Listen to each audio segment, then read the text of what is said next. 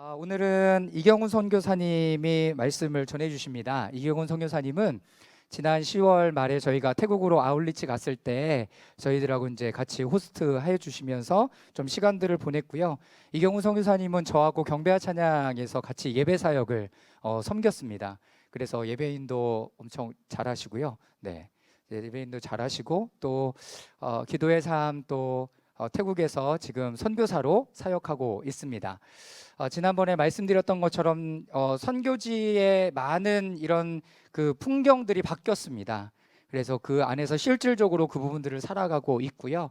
그래서 오늘 동일하게 믿음의 사람의 고뇌라는 제목으로 말씀을 전해 주실 텐데 여러분 한 사람 한 사람에게 귀한 은혜가 있기를 기도하겠습니다. 우리 선교사님 나오실 때 큰 박수로 환영하겠습니다.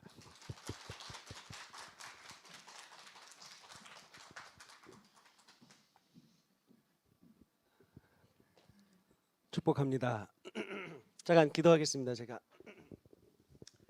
하나님, 이곳에 하나님을 예배할 수 있는 예배 공동체를 허락하여 주셔서 감사합니다. 주님, 저희들 함께 모여 하나님을 높여드리고 하나님의 이름을 부를 수 있는 은혜를 주신 것 감사합니다. 하나님, 오늘 이 시간 위로부터 부어지는 하나님의 위로와 하나님의 세임을 우리 모든 사람들이 받기를 원합니다. 하나님, 우리를 새롭게 해주시고 만져주시옵소서. 주님만을 찬양합니다. 예수님의 이름으로 기도하옵나이다. 아멘. 네, 여러분, 저 태국에서 선교사로 있는 이경훈이라고 합니다. 지난번에 아웃리치 오셨을 때 교회 분들 뵀었고요. 제가 지난 10일 날 한국에, 지난주에 2월 10일에 한국에 도착을 했는데요. 이틀 만에 몸살이 걸리더라고요. 그래서 목소리도 아직 다 안 돌아왔고 너무 추워요. 집도 춥고 밖에 나오면 더 춥고 너무 추워가지고 바로 감기가 걸렸습니다. 5년 만에 한국에 왔어요. 근데 태국은 사실 변화가 거의 없습니다. 근데 한국은 변화가 많잖아요.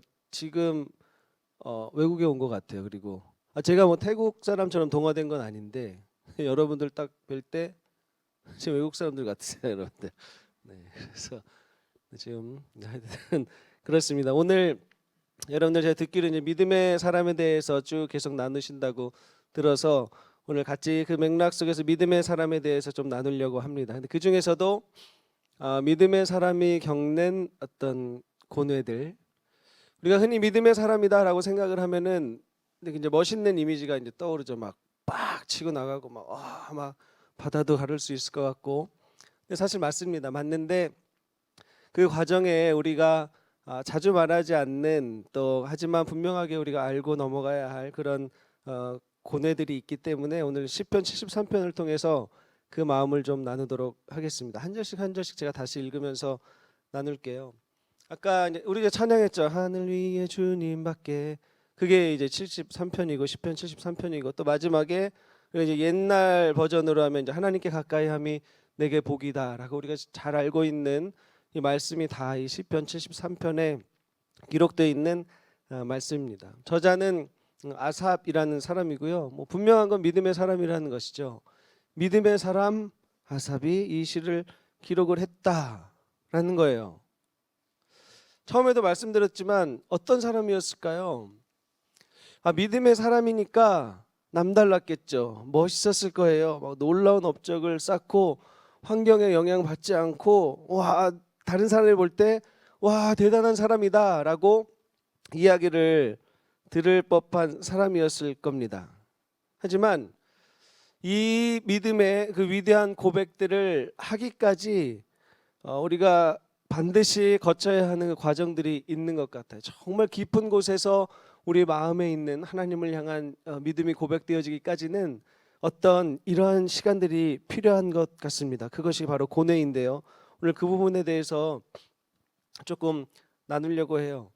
여러분들도 잘 아시겠지만 믿음의 사람이라고 해서 모든 상황에 다 의연하게 대처하는 것은 아닙니다. 물론 우리가 그렇게 하고 싶죠.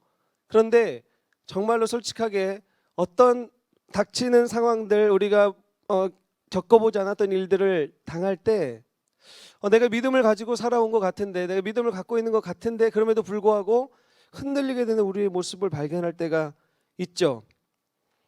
그래도 내가 갈등했기 때문에, 내가 믿음이 흔들렸기 때문에 내가 믿음의 사람이 아니다라고 말할 수는 없는 겁니다. 왜냐하면 믿음의 사람들도 갈등할 수 있잖아요.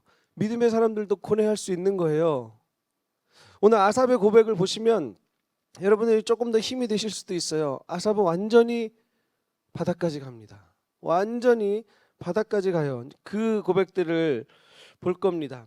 이 아삽의 시를 보면은 우리가 믿음의 여정을 가는데 우리가 어떤 것을 느끼고 이것을 어떻게 이겨나가고 결국에 마지막에 또 하나님을 향한 어떤 고백을 하게 되는가, 그것들을 잘 보게 되는데 함께 그 내용으로 들어가 보겠습니다. 먼저 1절을 제가 한번 다시 보겠습니다. 1절에 보면 하나님은 마음이 정직한 사람과 마음이 정결한 사람에게 선을 베푸시는 분이건만, 이렇게 시작을 하죠. 근데 원어 성경에 보면은 이게 한 문장으로 끝나요. 하나님은 마음이 정직한 사람과 마음이 정결한 사람에게 선을 베푸시는 분이다 라고 마침표가 딱 찍히는 거예요. 그리고 2절에 그러나라고 이제 시작을 합니다. 이게 좀 더 극적이죠. 근데 이제 번역할 때는 그냥 첫 문장에 다 그러나까지 번역을 했지만 1절 한 절은 그냥 선언이에요. 하나님은 마음이 정직한 사람과 마음이 정결한 사람에게 선을 베푸시는 분이다 라는 믿음의 선포입니다. 여러분 여기에 대해서 뭐 이의 있으세요? 아닌 것 같은데. 아니죠. 하나님은 마음이 정직한 사람과 마음이 정결한 사람에게 선을 베푸시는 분 맞습니다. 맞아요. 믿음의 선언이에요. 성경을 봐도 다 그렇죠. 하나님은 정직한 사람, 마음이 깨끗한 자를 돌봐주세요. 양심이 살아있는 사람들에게 복을 주세요. 선을 행해 주세요. 바로 이분이 하나님이세요. 아삽도 믿음의 사람이기 때문에 동일하게 이 고백을 분명하게 합니다. 아무도 부인할 수 없는 내용이죠. 그런데 2절을 보면 그러나로 시작을 하는 거예요. 그러나 아니 잘 말해놓고 왜 그러나지?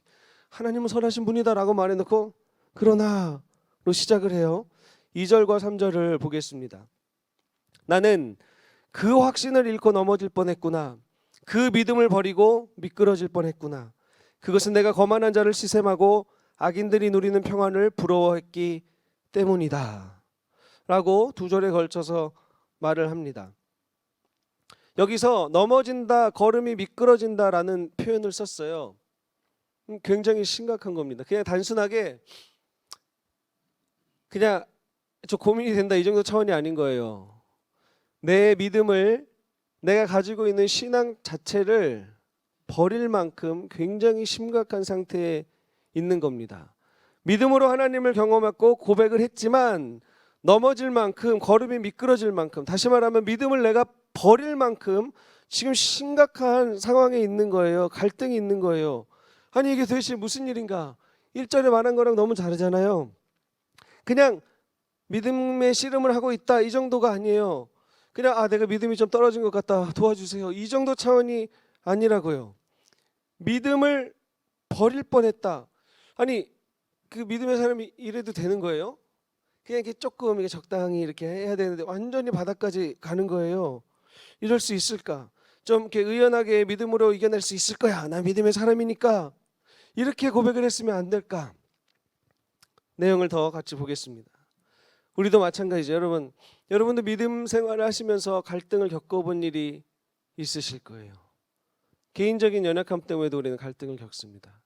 그리고 이 시인의 고백처럼 주변에서 일어나는 일 때문에도 믿음의 갈등을 겪을 때가 너무나 많이 있어요. 우리가 믿음의 여정을 가면 반드시 이 일은 겪게 되어 있습니다. 이유는 다양하지만 대부분 내가 이렇게 열심히 해봤자, 내가 이렇게 헌신하고 희생해봤자, 내가 이렇게 정직하게 살려고 해봤자 나만 손해보는 것 같은데 라는 생각이 들 때 고민을 하게 됩니다. 갈등을 하게 되죠. 아니 안 믿어도 저렇게 잘 사는데 나는 뭐지? 이런 생각이 이제 드는 거죠. 갈등을 하기 시작하는 거예요. 내가 믿음의 사람인 줄 알았는데, 내가 믿음의 사람이라고 생각했는데, 이런 갈등을 겪고 있는 또 자신을 보면서도 나는 왜 이럴까? 이런 생각도 들게 됩니다. 오늘 시편 73편을 쓴 아삽은 굉장히 심각한 갈등, 깊은 고뇌에 빠져 있어요. 왜냐하면 3절에 말한 것처럼 나쁜 사람들이 너무 잘 사는 거예요. 악인들이 잘 되는 걸 보니까 너무 힘든 거예요. 저렇게 살아도 잘 사네? 뭐야, 저렇게 해도 되네? 그리고 사실 아삽은 어디까지 가냐면, 그럼 나도 믿음을 버리고 저렇게 살아볼까? 까지 간 거예요. 이 생각이 들면서 자신의 믿음을 버리고 싶다라고 말할 만큼의 지금 고민을 하게 되는 겁니다. 4절과 5절을 한번 볼게요. 그들은, 악인들이죠, 죽을 때에도 고통이 없으며 몸은 멀쩡하고 윤기까지 흐른다. 사람들이 흔히 당하는 그런 고통이 그들에게는 없으며 사람들이 의례 당하는 재앙도 그들에게는 아예 가까이 가지 않는다. 이게 좀 억울하네요.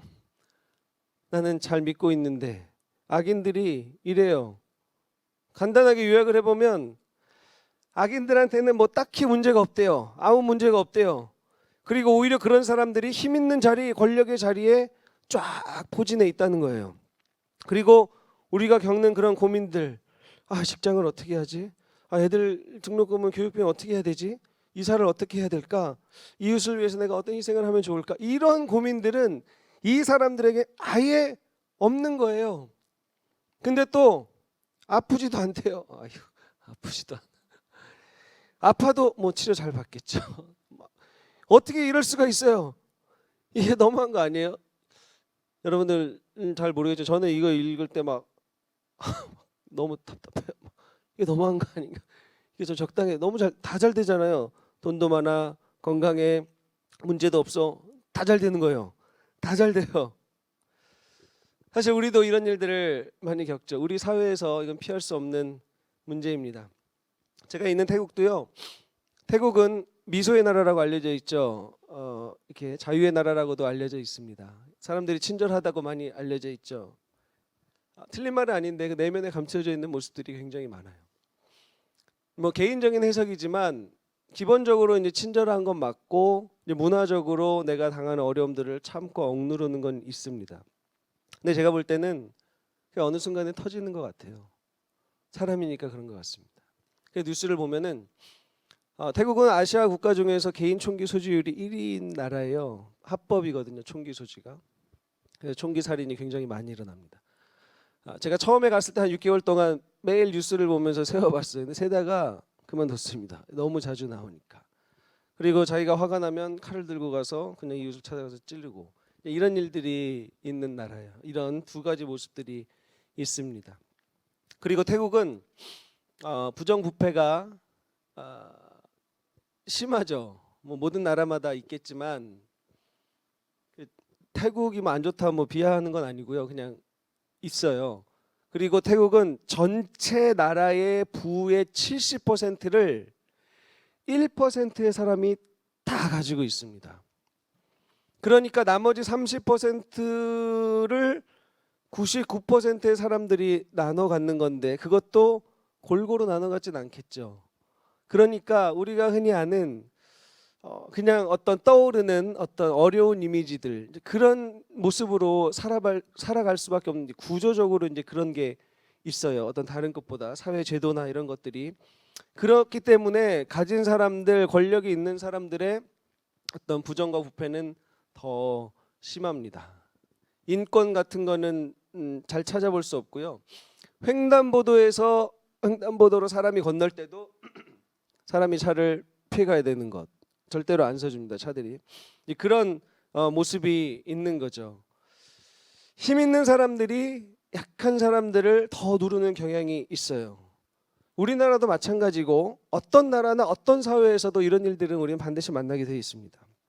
돈이 있거나 힘이 있는 사람들의 악행은 사실 우리가 살고 있는 인간 사회에 피할 수 없는 단면인 것은 분명하죠. 여러분들도 이런 일 겪으시거나 느껴본 일이 있으실 거예요. 그러면 이 아삽의 시가 시편 73편이 이해가 가기 시작하실 겁니다. 지금 믿음의 사람인 아삽이 악인들 때문에 상처를 받고 있어요. 가끔 이런 생각을 해봐요. 이게 나쁜 사람들 때문에 착한 사람이 상처를 많이 받잖아요. 착한 사람 때문에 나쁜 사람이 상처를 받지는 않는 것 같아요. 그러니까 이제 뭐 잘 참고 이렇게 순하고 정직한 사람이 좀 나쁜 사람들한테 당해서 속상해 상처를 받죠. 나쁜 사람이 막 쟤 너무 착해 속상해 죽겠어 막 이렇게 하진 않는 것 같아요. 이런 일들이 지금 계속 일어나고 있습니다. 근데 아삽은 굉장히 심각한 상태죠. 그 악인들이 도대체 어떤 사람들이고 어떻게 행하는지 계속해서 한번 쭉 보겠습니다. 6절에서 11절을 보면요. 오만은 그들의 목걸이요 폭력은 그들의 나들이 옷이다. 그들은 피동피동 살이 쪄서 거만하게 눈을 치켜뜨고 다니며 마음에는 헛된 상상이 가득하며 언제나 남을 비웃으며 악의의 참말을 쏘아붙이고 거만한 모습으로 포건하기를 즐긴다. 입으로는 하늘을 비방하고 혀로는 땅을 휩쓸고 다닌다. 하나님의 백성마저도 그들에게 홀려서 물을 들이키듯 그들이 하는 말을 그대로 받아들이며 덩달아 말한다. 하나님인들 어떻게 할 수 있으랴? 가장 높으신 분이라고 무엇이든 다 할 수 있으랴 하고 말한다. 이렇게 묘사를 하고 있어요. 악인들의 모습 이제 좀 그만 말했으면 좋겠는데 이게 해도 끝이 안 나오네요. 이 사람들의 행실을 보세요. 태도를 보세요. 아주 못됐는데 너무 잘 살아요. 마음의 태도와 동기도 악해요. 그런데 또 다음에는 어떤 나쁜 짓을 할지 생각을 하고 있대요. 계속 어떻게 남의 것을 더 뺏어올지, 어떻게 나의 권력을 더 강하게 할지, 다음번엔 누구를 밟고 올라갈까, 헛소문을 퍼뜨리고 이간질해서 관계를 무너뜨리고 그리고 자기가 하는 일들을 자랑을 하고 다닌대요. 얄미워. 때려주고 싶어요. 너무 얄미워. 너무 마음이 답답해요. 그런데 더한 것은 하나님을 대적하기까지 한다는 거예요. 하나님이 있긴 뭘 있어. 내가 신이지. 하나님이 알긴 뭘 알아. 내 맘대로 하는 거지. 이러고 다닌대요. 이 말에 주변에 있는 사람들까지 영향을 받아서 똑같이 휩쓸린다는 거예요. 이 정도면 악의 거의 끝판인 것 같아요. 내가 하는 행실도 그렇고 대놓고 하나님을 욕하는 것도 그렇고 모든 것을 다 갖춘 악이에요. 이런 사람들이 너무 많다는 거예요. 그런데 지금 아삽은 단순히 이런 상황을 설명하는 것으로 끝내는 것이 아니라 이 사람들 때문에 나 괜히 믿음으로 살고 있는 것 같다라고 말을 합니다. 나도 이 사람들처럼 이렇게 사는 게 더 낫지 않을까라고 말을 하고 있어요. 심각한 거죠. 결국에는 여기까지 간 겁니다. 12절에서 14절에 이렇게 말을 해요. 그런데 13절부터 보겠습니다. 이렇다면 내가 깨끗한 마음으로 살아온 것과 내 손으로 죄를 짓지 않고 깨끗하게 살아온 것이 허사라는 말인가? 하나님, 주님께서는 온종일 나를 괴롭히셨으며 아침마다 나를 벌하셨습니다. 라고까지 고백을 합니다. 아삽은요, 어떻게 하든 이 죄악된 세상에서 정직하게 그리고 믿음으로 살려고 애썼던 사람이에요. 몸부림쳤어요. 그런데 지금 뭐라 그래요? 괜히 그랬나? 그러지 말걸. 그렇게 말을 하고 있습니다. 나 뭐하러 그러고 살았지? 여기까지 온 거예요. 왜냐하면 14절에 말한 것처럼 일단은 나는 아픈데 악인들은 안 아픈데 나는 아프고 악인들은 잘 사는데 나는 별로 그렇지 않고 이거 참 답답한 일이에요. 만약에 악인들이 아프고 내가 건강하면 자 봐라 하나님이 살아계시다 하나님께로 돌아와라 라고 당당하게 말할 수 있을 것 같은데 반대예요. 악인들이 너무 잘 살고 내가 너무 못 사는 거예요. 그리고 또 하나를 보면 우리가 이제 아삽의 이 고백들을 통해서 보면 우리가 실수하고 죄를 짓고 이거 우리도 마찬가지입니다. 늘 우리도 실수하는 게 있고 또 죄도 짓고 그렇게 하죠. 근데 여러분 혹시 죄 지어 보셨나요? 여러분 지어 보셨죠? 네. 표현 안 하셔도 됩니다. 죄를 지으시고 떳떳하세요? 아니죠. 우리 실수 많이 합니다. 죄도 져요. 그런데 떳떳하지 않아요. 성령님께서 우리를 그냥 두지 않으시는 거예요. 가르쳐 주세요. 돌이킬 수 있도록 가르쳐 주시잖아요. 예를 들어서 오늘 제가 이제 여기 와서 이렇게 한 게 여러분 중에 이제 몇 분이 마음에 안 드신 거예요. 만약에요. 그래서 끝나고 가는데 저한테 오셔서 막 욕을 하고 가셨어요. 그리고 집에 가셨어요. 그러고 났는데 저녁이 되니까 그래도 믿음의 사람이라면 괜히 그랬나? 좀 미안한 마음이 드네. 그러니까 이런 식으로 그러니까 우리가 뭔가 당시에는 어떤 이유에서든지 내가 실수하고 잘못할 수 있는데 시간이 지나면 우리가 그것을 이렇게 당당하고 떳떳하게 생각하지 않는다는 거. 믿음의 사람들 당연히 그러죠. 아삽도 그래요. 그리고 잘못했는데 다음날 아침에 또 일어나서 막 큐티를 하는데 갑자기 마태복음 5장에 예수님이 내 형제에게 라가라고 하고 미련한 놈이라 하는 자는 지옥불에 던져지리라 막 이런 말씀이 큐티에 나왔다고 하면 내가 잘못했구나. 주님 살려주세요. 지옥에 가고 싶지 않아요. 이게 이제 우리죠. 실수하고 죄 짓고 잘못하지만 뉘우치고 깨닫게 되는 게 우리예요. 이런 것들 우리 연약하고 실수하고 악한 생각도 하죠. 말도 행동도 잘못할 때가 있어요. 그런데 하나님은 말씀으로 양심으로 환경으로 우리를 가르치시고 돌이키시잖아요. 그러니까 지금 아삽도 난 그렇게 살았다는 거예요.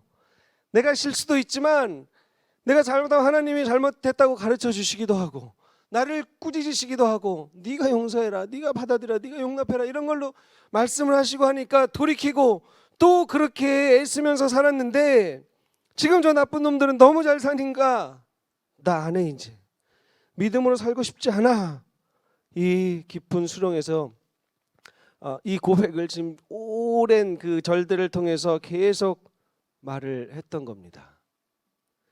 그러면 이제 여기서 딱 끝나면 안 되겠죠. 이대로 끝나면 안 됩니다. 이 처절하고 깊은 믿음의 고뇌에 마침표를 어떻게 찍어야 할까? 16절에서 17절을 한번 보겠습니다. 내가 이 얽힌 문제를 풀어보려고 깊이 생각해 보았으나 그것은 내가 풀기에는 너무나 어려운 문제였습니다.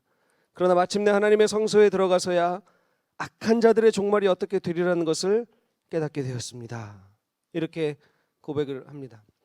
믿음을 버릴 것 같은 위기의 순간까지 갔지만 그래도 믿음의 사람이기 때문에 어떻게든 마지막까지 가지는 않으려는 바닥까지 가지 않으려는 발버둥이 있었어요. 애쓰다가 잘 어떻게 해야 될지 모르는데 한 가지 선택을 하고 답을 얻어내죠.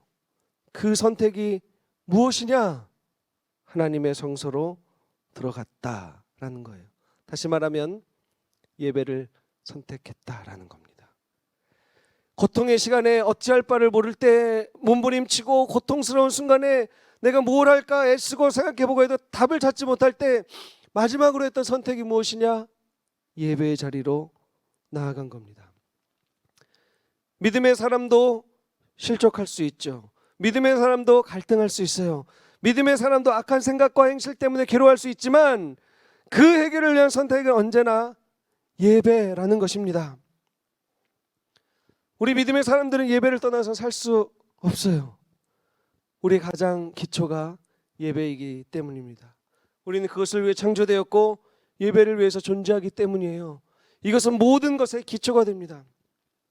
여러분, 저도 그렇고 우리 순간에 매 순간 늘 예배를 선택하는 저희들이 되기를 원합니다. 우리 가장 고통스러운 순간에 예배를 선택하는 우리가 되기를 원합니다. 내가 아무것도 하고 싶지 않고 원망과 불평이 가득해도 그때도 예배를 선택하십시오. 지금 이 감정으로 이 마음으로 내가 도저히 가서 하나님을 높여드린다 너무나 가증스럽고 가식적인 모습까지 아니에요. 그 마음 그대로 하나님을 예배하십시오. 그 마음 그대로 하나님을 부르십시오. 누가 너무 미워요. 막 이가 갈려요. 막 분노가 차올려요. 그 답답한 마음을 치면서 하나님을 부르세요. 그게 예배입니다.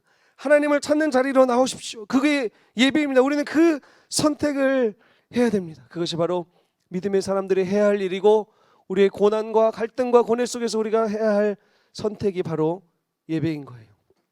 18절부터 20절까지를 보겠습니다. 주님께서 그들을 미끄러운 곳에 세우시며 거기에 넘어져서 멸망에 이르게 하십니다. 그들이 갑자기 놀라운 일을 당하고 공포에 떨면서 사치를 감추며 마침내 끝장을 맞이합니다. 아침이 되어서 일어나면 악몽이 다 사라져 없어지듯이 주님께서 깨어나실 때 그들은 한낱 꿈처럼 자취도 없이 사라집니다. 예배 가운데 하나님의 뜻을 안 거예요. 예배 속에서 하나님의 마음이 무엇인지를 보게 된 거예요. 지금 당장은 아니지만 내가 앞으로도 이 어려운 사람들을 얼마나 더 만나야 될지 모르지만 분명한 것은 하나님께서 그들의 끝을 정하셨다는 거죠. 이게 하나님의 마음이구나, 이것을 예배를 통해 알게 된 겁니다. 내가 원하는 대로 이것이 언제 어떻게 딱 이루어지느냐, 그것이 아니라 하나님의 마음이 이런 거구나, 하나님의 뜻이 이런 거구나 라고 알게 된 거예요. 요한계시록 6장에 보면은 마지막 때에 관한 이야기들이 쭉 기록이 되어 있습니다. 그 가운데 12절 이후의 뒷부분을 보면 예수님이 이제 마지막 6번째 인을 딱 떼시는데 무슨 일이 일어나냐면 큰 지진이 일어나고 하늘의 별들이 막 떨어진대요. 그래서 땅의 왕들과 귀족들과 장군들과 부자들과 권세자들과 모든 노예들과 모든 자유자들에게 쏟아진다. 그래서 그 사람들이 어린 양의 진노로부터 피하려고 동굴에 숨어 들어가서 살려달라고 아우성을 치는 그런 장면이 기록이 되어 있습니다. 이 진노는 모든 사람들에게 임한다는 거예요. 너무나 분명한 것이죠. 모든 사람들에게 가장 힘이 있고 가장 안전할 것이라고 생각되어지는 땅의 왕들, 귀족들, 장군들, 부자들, 권세자들 모든 사람들에게 동일하게 쏟아진다는 거예요. 이것을 본 겁니다. 지금 당장은 아니지만 하나님의 마음을 품게 된 거예요. 하나님은 악을 내버려 두지 않으세요. 그냥 내버려 두지 않으세요. 어떨 때 보면은 내버려 두시는 거 아닌가? 그렇지 않습니다. 하나님은 반드시 악을 제거해 버리세요. 마찬가지로 우리 안에 있는 악도 하나님이 그냥 두지 않으십니다. 우리 안에 있는 태도나 동기, 생각, 우리 안에 있는 죄악들 하나님이 그대로 두지 않으세요. 반드시 제거하세요. 죽음을 통해서. 근데 우리가 할 수 없으니까 예수님을 보내주셨잖아요. 예수님 때문에 우리가 살았고 지금도 살고 있잖아요. 이것이 하나님의 마음이에요. 아삽은 하나님의 마음을 깨달은 거예요. 그리고 나서 이 하나님의 마음을 깨닫고 나니까 다시 믿음의 고백을 할 수가 있게 됐습니다. 21절부터 23절이에요. 나의 가슴이 쓰리고 심장이 찔린 듯이 아파도 나는 우둔하여 아무것도 몰랐습니다. 나는 다만 주님 앞에 있는 한 마리 짐승이었습니다. 그러나 나는 늘 주님과 함께 있으므로 주님께서 내 오른손을 붙잡아 주십니다. 고백을 합니다. 악인의 형통함과 자신의 삶이 너무 비참한 것 같아서 나 믿음 버릴래? 하나님 이게 뭡니까? 라고 말했던 아삽이 지금 다시 고백하는 것은 그런 생각을 하고 그렇게 말한 내가 좀 짐승 같다, 주님 너무 부끄럽습니다, 죄송합니다 라고 돌이키는 믿음의 고백을 하고 있습니다. 하나님을 예배 가운데 하나님을 경험하니까 이 고백이 가능하게 된 거예요. 그리고 24절부터 28절까지 이 고백을 하는데 우리 24절부터 28절은 같이 한번 읽어보도록 하겠습니다. 시작. 주님의 교훈으로 나를 인도해 주시고 마침내 나를 주님의 영광에 참여시켜 주실 믿습니다. 내가 주님과 함께하니 하늘로 가더라도 내게 주님밖에 누가 더 있겠습니까? 땅에서라도 내가 무엇을 더 바라겠습니까? 내 몸과 마음이 다 시들어가도 하나님은 언제나 내 마음의 든든한 반석이시오 내가 받을 몫의 전부이십니다. 주님을 멀리하는 사람은 망할 것입니다. 주님 앞에서 정절을 벌이는 사람은 주님께서 멸하실 것입니다. 하나님께 가까이 있는 것이 나에게 복이니 내가 주 하나님을 나의 피난처로 삼고 주님께서 이루신 모든 일들을 전파하렵니다. 아멘. 마지막 고백입니다. 하늘에도 땅에도 주님이 최고이십니다. 저에게 주님밖에 없습니다. 이제 저에게는 주변의 환경이 아닌 다른 방법이 아닌 하나님께 가까이 하는 것이 나의 최고의 복임을 내 영혼이 고백합니다. 이제 제가 하나님을 전하겠습니다. 제가 이 하나님을 말하겠습니다. 라는 고백으로 이 시를 마무리를 합니다. 당장이라도 믿음을 버릴 것 같았던 고뇌에 빠졌었지만 예배를 통해서 하나님을 만나고 다시 회복되어져서 하나님을 전하겠다고 고백하는 아삽은 믿음의 사람입니다. 믿음이 흔들렸기 때문에 넌 아직 믿음의 사람이 아니야, 이게 아니라 오히려 그것이 우리 믿음의 여정의 일부라는 것을 잘 보여준 것입니다. 여러분, 혹시 지금 무언가 때문에 믿음의 갈피를, 마음의 갈피를 잡지 못하는 일들이 있으신지요? 이런 연약한 또 내 모습 때문에 좌절하고 실망하고 자괴감 때문에 나 같은 사람 믿음의 사람이라고 말할 수 있을까라는 고민을 하고 계실까요?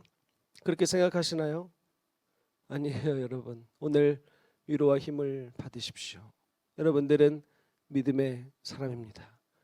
갈등이 있어도, 우리 안에 의심이 찾아와도, 우리 안에 고뇌가 있어도 우리는 믿음의 사람인 거예요. 예수님께서 우리를 그렇게 불러주셨기 때문입니다. 단 한 가지 우리가 해야 할 일이 있다면 예배를 선택하는 거예요. 언제나 예배를 선택을 하는 겁니다. 우리 함께 예배자가 되어서 남은 믿음의 그 여정을 함께 가기를 원합니다. 여러분, 교회에서요, 공동체 안에서 같이 고민하세요. 같이 아파하고 같이 웃으면서 같이 기뻐하고 그렇게 믿음의 여정을 계속 가는 겁니다. 그것이 믿음의 사람들이에요. 믿음의 사람들의 고뇌의 끝엔 하나님이 계시고 그 하나님을 전하는 일, 그 하나님으로 인하여 회복되어지는 일, 그래서 하나님이 최고입니다라고 고백하는 일이 늘 일어나는 겁니다. 이 과정에 이런 갈등이 있다는 것, 이것에 너무 낙심하지 마시고 새 힘을 얻고 가시기를 원합니다. 저는 이제 돌아가면 교회를, 태국의 현지 목회자들과 함께 교회를 세우는 일을 하고 있습니다. 태국은 우리나라보다 선교 역사가 훨씬 길어요. 200년이 거의 다 됐습니다. 그런데도 여전히 교회 믿음의 사람들의 숫자가 1%가 넘지 않는다고 해요. 왜일까? 무엇 때문일까? 한마디로 말을 할 수는 없는 것 같아요. 복잡하고 다양한 요소들이 많이 있습니다. 믿음의 사람들이 겪는 갈등도 많이 있어요. 특히 도시를 제외한 많은 지역에서는 가족들, 친척들이 같이 모여 살기 때문에 마치 이슬람과 같이 내가 하나 지금 예수님을 믿고 종교를 바꾼다는 것은 마을 전체에 영향을 끼치는 일이기 때문에 두려워서 쉽게 발걸음을 옮기지 못하는 일도 있습니다. 그리고 곳곳에 퍼져 있는 부정부패, 거기에 대해서 어떤 정당한 소리를 낼 수 없는 그런 사회적인 분위기, 이런 속에서도 살고 있어요. 근데 이러한 곳에 현지 목회자들과 함께 교회를 세우는 일을, 또한 교회가 세워지는 것을 협력하고 돕는 사역을 하고 있습니다. 처음에는 교회를 세우러 갔어요. 선교사니까 교회를 세워야겠죠. 개척을 하고. 근데 가서 5년의 시간이 지나는 동안 많은 고민을 하고 갈등 가운데 새로운 방향을 잡았습니다. 중요한 거 한 가지는 선교사가 주도권을 잡으면 안 되겠구나라는 것이었어요. 선교사가 주도권을 잡았던 교회들은, 사역들은 시간이 지나고 선교사가 빠져버리면 힘을 잃는 경우를 굉장히 많이 봅니다. 그래서 어떻게 하면 태국인들의 나라에 태국 교회로 남을 수 있는 교회를 세울 수 있을까? 그것은 선교사들이 설령 많은 부분을 감당하고 많은 부분을 책임져야 한다 할지라도 그것을 우리가 한다고 하는 것이 아니라 현지인 사역자, 현지 목회자들이 할 수 있도록 우리는 한 발짝 뒤로 빠져줘서 그분들을 밀어드리고 그분들에게 힘을 줘서 그분들을 통해서 교회가 세워지도록 하는 역할, 이것이 우리가 해야 할 일이겠다라고 방향을 잡고 지금 그래서 현지 목회자분과 선교사 세 가정이 같이 팀을 이루어서 교회를 개척하는 일들을 하고 있습니다. 지금 두 군데에서 작년부터 교회를 시작하고 싶어 한다는 연락을 받았고요. 물론 현지인들입니다. 그래서 저희가 이제 센터를 교회 개척 훈련 센터를 같이 하고 있는데 그것에 연락이 와서 시기를 보고 있고요. 제가 2월 9일에 출국을 했는데 그 전에 한 목회자 가정을 만났어요. 가정이 내 식구가 예배를 드리시는데 교회를 해야겠는데 어떻게 해야 될지 모르겠는 거예요. 뭐를 어떻게 해야 돼? 하여튼 뭐 아무것도 모르겠다. 그래서 저희 현지 목회자분과 저희 선교사들이 또 팀을 이루어서 제가 이제 돌아가면은 이제 4월부터 그것에 교회가 어떻게 하면 시작될 수 있을지 같이 고민을 하고 시작을 하려고 합니다. 그래서 지금 여러 저희 센터를 중심으로 25개의 교회가 네트워크를 이루고 있어요. 이제 또 만약에 올해에 3개의 교회가 더 개척이 되면은 28개의 교회가 네트워크를 이루고 있는 거죠. 지교회의 개념은 아니고 교회마다 다 약해요. 그 교회를 더 일으키고 싶은데 어떻게 해야 될지 모르겠다. 그러면 이 네트워크에 있는 교회들이 같이 모여서 고민을 하고 팀을 꾸려서 그 교회로 갑니다. 5시간, 6시간 걸려도 가서 같이 교회를 일으켜주고 필요한 부분을 도와주고 같이 교회를 어떻게 하든지 태국의 교회가 일어날 수 있도록 돕는 일들을 해요. 그리고 또 이번 달에는 우리 교회 뭐 이런 일들을 하는데 어떻게 될지 모르겠다. 너무 도움이 필요하다 하면 우리가 또 팀을 꾸려서 같이 하고 또 그 일들을 합니다. 그래서 돌아가면 이제 계속 그 일을 하면서 같이 이 믿음의 여정을 걸어가려고 합니다. 고민도 많고 풀어야 할 일도 많이 있겠죠. 하지만 저도 이 아삽의 고백으로 힘을 얻고 하늘에도 땅에 하나님밖에 없습니다. 제가 우리를 구원해 주신 예수 그리스도와 함께 이 믿음의 여정을 태국 땅에서 계속 걸어가겠습니다. 이 고백으로 계속 가기를 원합니다. 여러분들도 함께 기억해 주시고 함께 기도해 주셨으면 감사하겠습니다.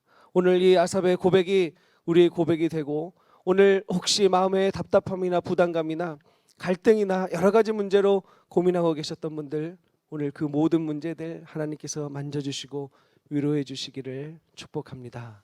아멘. 기도하겠습니다. 우리 잠깐 합심해서 같이 기도할까요?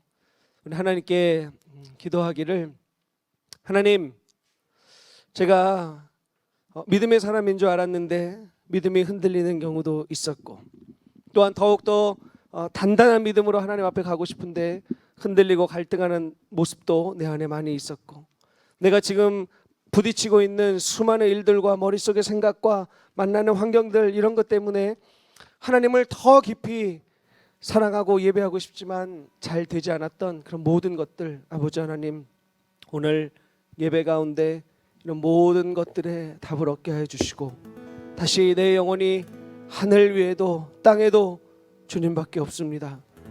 주님께 가까이 하는 것이 내게 복이고 제가 그 하나님을 전할 수 있는 삶을 살겠습니다. 저에게 힘을 주시옵소서. 오늘 이 고백 하나님께 합심으로 기도하면서 같이 드리겠습니다. 기도하겠습니다. 살아계신 하나님 아버지 찬양합니다. 아버지 하나님 우리의 영혼이 믿음의